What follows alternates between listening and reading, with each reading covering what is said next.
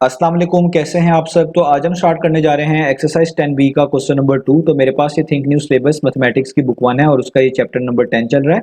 मैंने इस चैप्टर के नेम से एक सेपरेट प्लेलिस्ट बनाई हुई है, उसका लिंक भी नीचे डिस्क्रिप्शन में दिया हुआ है ताकि आप लोगों को इस चैप्टर से रिलेटेड तमाम सोल्यूशन एक जगह पर आसानी से इसी प्लेलिस्ट में मिल सकें। इसके अलावा आपको डिस्क्रिप्शन में मेरे सोशल अकाउंट्स के लिंक यानी मेरे फेसबुक प्रोफाइल, मेरे इंस्टाग्राम प्रोफाइल और ईमेल आईडी भी मिल जाएगा। आप इन्हीं अकाउंट्स के थ्रू अपने क्वेश्चंस को, सजेशंस को मुझ तक भी पहुंचा सकते हैं। तो स्टार्ट करते हैं क्वेश्चन नंबर 2 को, इसकी स्टेटमेंट को रीड करते हैं, समझते हैं, फिर ए पार्ट से स्टार्ट लेंगे। तो यहाँ पे मेंशन्ड है given that A B is parallel to C D. तो ये जो ए बी और सी डी के दरमियान दो लाइंस लगी हुई हैं, इनको हम पढ़ते हैं पैरेलल टू।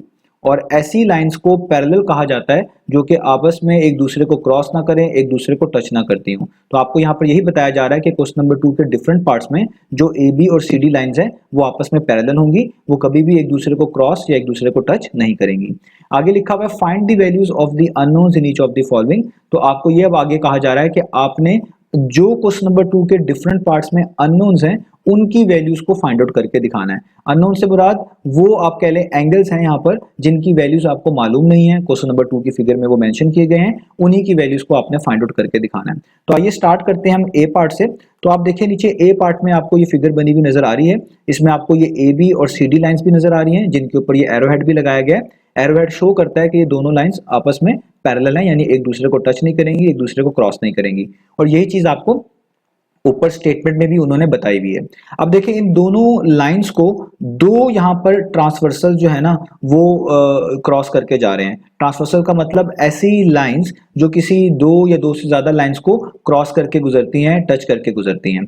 और वो जिन लाइंस को टच करके या क्रॉस करके गुजरती हैं वो पैरेलल भी हो सकती हैं और पैरेलल नहीं भी हो सकती। तो हमारे पास जो सिनेरियो है वो यहाँ पर पैरेलल लाइंस का है। तो ये जो पी क्यू ट्रांसवर्सल है और ये जो आर एस ट्रांसवर्सल है, ये दोनों ट्रांसवर्सल्स इन दोनों लाइंस को अलग अलग पॉइंट पे क्रॉस करके गुजर रही हैं। तो यहाँ पर जब ऐसा सिनेरियो आपके पास बने कि कोई दो पैरेलल लाइंस हो और उनको कोई लाइन इस तरीके से अलग अलग पॉइंट पर क्रॉस करके गुजरे, तो ऐसे सिनेरियो में कुछ एंगल्स यहाँ पर बनते हैं। उन एंगल्स के पर्टिकुलर नेम होते हैं और वो एंगल्स आपस में कुछ के इक्वल भी होते हैं। अब हमने ये पहचानना होता है कि वो कौन सा एंगल है, उसका नाम क्या है और वो किसके इक्वल है।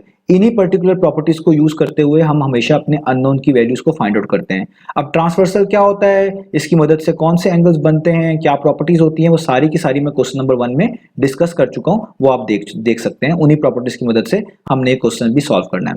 तो आइए स्टार्ट करते हैं। तो सबसे पहले आप देखें ये जो पी क्यू वाला ट्रांसवर्सल है, इसने इस ए बी वाली लाइन को एक इस पॉइंट पर क्रॉस किया और इस नीचे सी डी वाली लाइन को एक इस पॉइंट पर क्रॉस किया। तो ये दो डिफरेंट पॉइंट्स हैं। अब यहाँ पर कुछ एंगल्स बने हैं जैसे 117, नीचे बी डिग्री, सी डिग्री और यहाँ पर ये ए डिग्री। तो ये ए बी सी तो सारे अननोन है, इनकी तो वैल्यू आपको फाइंड आउट करनी पड़ेगी। जस्ट आपको 117 एक एंगल ऐसा दिया हुआ है जो इस ट्रांसवर्सल से कनेक्टेड है और यही आपको पता है, और बाकी सारे अननोन है। दूसरे ट्रांसवर्सल की बात करें तो जो कि जिसका नाम है आर एस, तो उसने इस ए बी लाइन को इस वाले पॉइंट पे क्रॉस किया और इस सी डी वाली लाइन को इस पॉइंट पे क्रॉस किया। तो यहाँ पे जस्ट दो एंगल्स उन्होंने शो किए हैं, एक है 78 डिग्री यानी ये तो नोन है, और एक ये डी डिग्री है, ये अननोन है, इसकी वैल्यू हमें फाइंड आउट करके दिखानी होगी।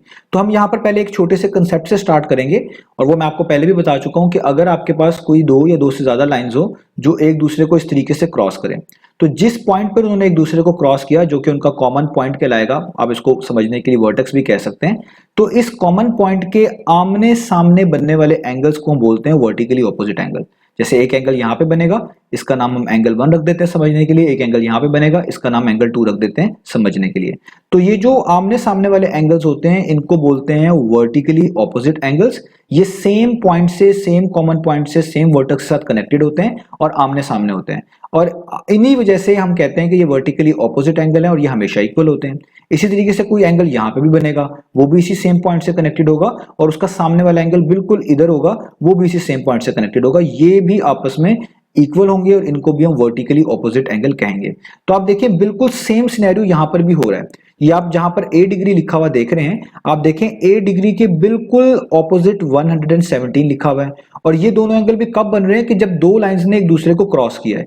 एक लाइन ये ए बी वाली है और एक लाइन ये ट्रांसवर्सल की सूरत में PQ वाली है। तो ये जो AB और PQ वाली लाइन है, आप देखें इन दोनों ने एक दूसरे को क्रॉस किया इस वाले क्रॉस पर, इस वाले पॉइंट पर जहां पे मैंने क्रॉस लगाया हुआ है, तो आपके पास ये दो एंगल्स बने जो कि आमने सामने हैं। तो जब इस तरह का सिनेरियो बनता है, ये आमने सामने वाले एंगल्स को हम वर्टिकली ऑपोजिट एंगल बोलते हैं और ये हमेशा इक्वल होते हैं। तो आप यहाँ पर बड़ी आसानी से बता सकते हैं कि ये जो A डिग्री हमारे पास मेंशन्ड है, ये इक्वल होगा अपने सामने वाले 117 डिग्री के।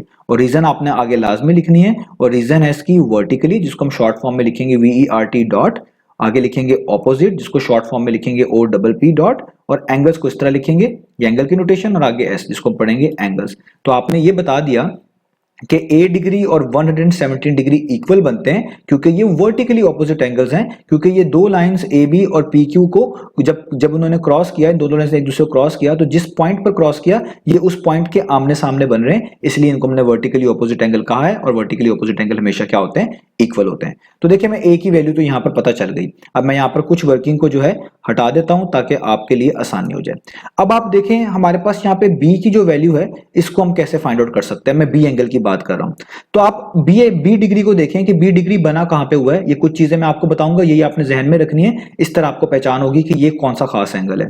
तो देखिए B डिग्री की अगर आप बात करें तो ये CD लाइन के ऊपर बना हुआ है, ये CD लाइन है और ये इसके एग्जैक्टली ऊपर बना हुआ है, और ये इस पॉइंट के साथ कनेक्टेड है जो कि इस PQ ट्रांसवर्सल की वजह से बना है, यानी इस PQ वाली लाइन ने इस CD लाइन को इस पॉइंट पर टच किया था, तो उसके साथ ही ये कनेक्टेड है।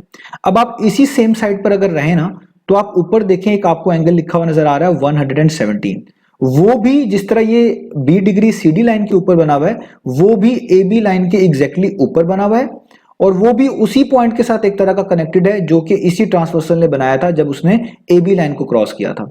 यानी ये दोनों एंगल सेम ट्रांसवर्सल के साथ कनेक्टेड हैं, दोनों सेम साइड पर हैं। ये भी आप देखें लेफ्ट साइड पर है, और ये B डिग्री वाला भी इस ट्रांसवर्सल के लेफ्ट साइड पर है, और वो भी उस पॉइंट से कनेक्टेड है जो कि इसी ट्रांसवर्सल ने बनाया जब इसने AB को क्रॉस किया, और ये भी उसी पॉइंट के साथ कनेक्टेड है जो कि इसी सेम ट्रांसवर्सल ने बनाया जब इसने CD जो है लाइन को क्रॉस किया। तो ऐसे एंगल्स जो किसी ट्रांसवर्सल के सेम साइड पर होते हैं, इस तरह दो अलग अलग उसी सेम पॉइंट के साथ कनेक्टेड होते हैं, और अगर एक लाइन के ऊपर है दूसरा भी उस तरह लाइन के ऊपर होता है, तो ऐसे एंगल्स को हम बोलते हैं कॉरस्पॉन्डिंग एंगल्स।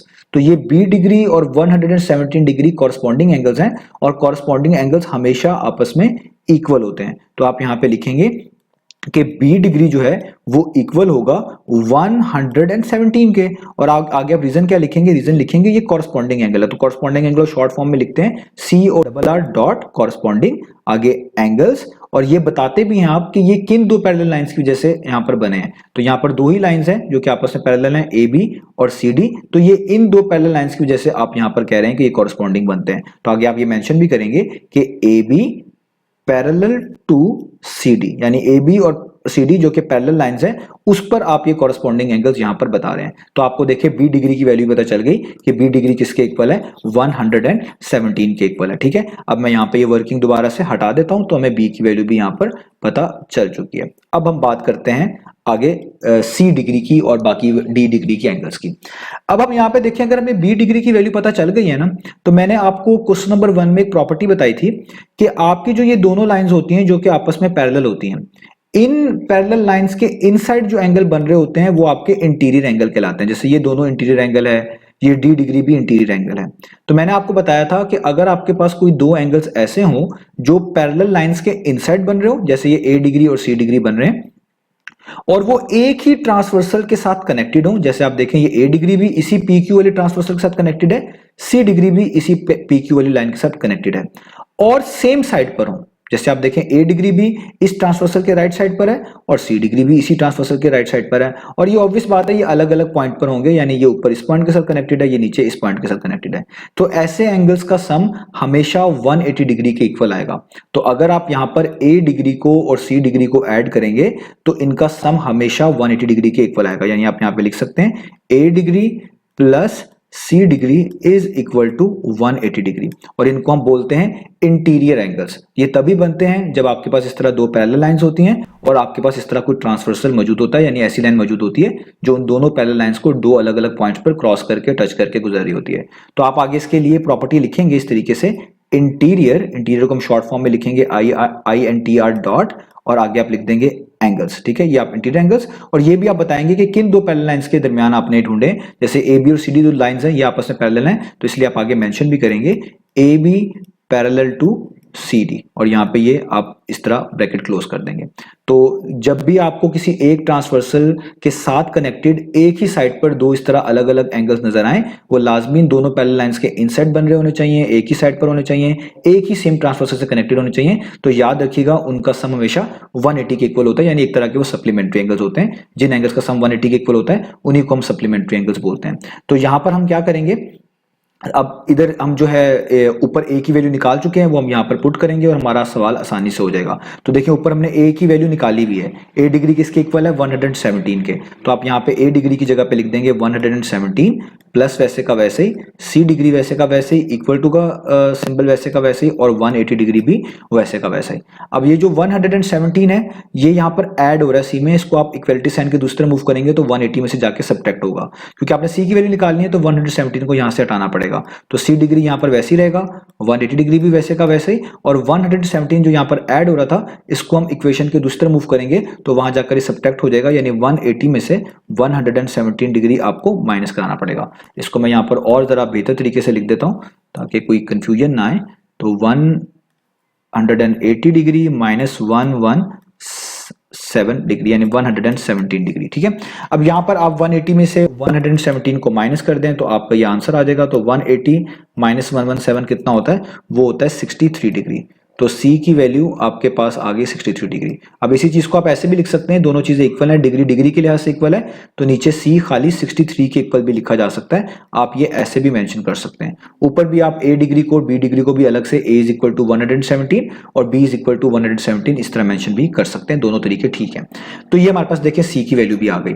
अब मैं ये वाली वर्किंग भी जो है यहाँ पर डिलीट कर देता हूँ ताकि हम आगे बढ़ें, आगे चीजों को देखें।